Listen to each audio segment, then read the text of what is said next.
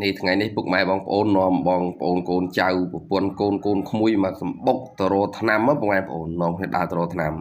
តែទៅនឹងមិនបានទៅរកថ្នាំអីពុកម៉ែបងប្អូនអត់បានថ្នាំទៅឃើញរុនកពីងកូនវាចង់ជីក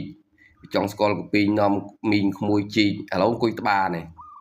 ត្បាមើលពុកម៉ែបងប្អូនមើលត្បាមានចេញណាទីបំផុតជីកឲ្យដែរត្បាអត់ចេញជីកនេះរុនទី1ទេពុកម៉ែបងប្អូនកាប់ដាច់ EP ដែរ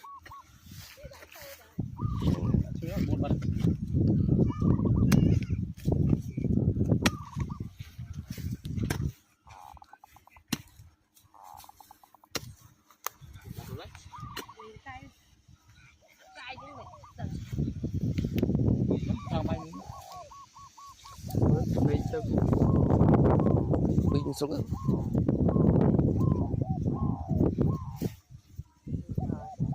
ល់ហើយទឹកបែកដាច់ចាំមើលបងប្អូនបានមួយទៀតឡយបានមួយទៀតឡនេះនេះគេធ្លាប់ហ៊ានចាប់ខ្ញុំហ៊ានទេខ្ញុំទីមួយខ្លាចពីនឹងហ្មងហ្នឹងបានឡហើយទេនឹងអូយឈ្មោលឡមេគ្រាប់ទី3គ្រាប់ពីងដើររួចជីកកពីងពុកម៉ែបងប្អូនអើយមើលព្រៃនឹងស្កត់ក៏ស្កត់វិញ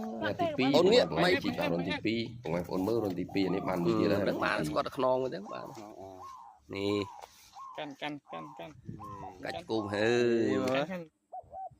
បានកពីង2ពុកម៉ែបងប្អូនទីនេះគេយកស្រីគេអ្នកចូលចិត្តគេថាយកទៅបុកទឹកគ្រឿងតែណាយកគេថាបុកទឹកគ្រឿងណាបងប្អូនបុកមួយផ្លែតដិតនេះគឺសកម្មភាពគាត់បេះផ្លែតដិតមើលយកទៅបុកទឹកគ្រឿងមួយអីវិញអត់បេះខ្ញុំឯងបេះផ្លែតដិតទៅបុកទឹកគ្រឿងបងប្អូនអើយនេះអ្នកស្រុកព្រៃចេះស្រុកព្រៃស្លឹកតដិតបុកហើយបានកពីយ៉ាងនោះចុះបានហើយអូចឹងមកបេះផ្លែតដិតគេបុកទឹកគ្រឿងកពីញ៉ាបងប្អូននេះមើលនេះគេបុកមួយផ្លែតដិតណា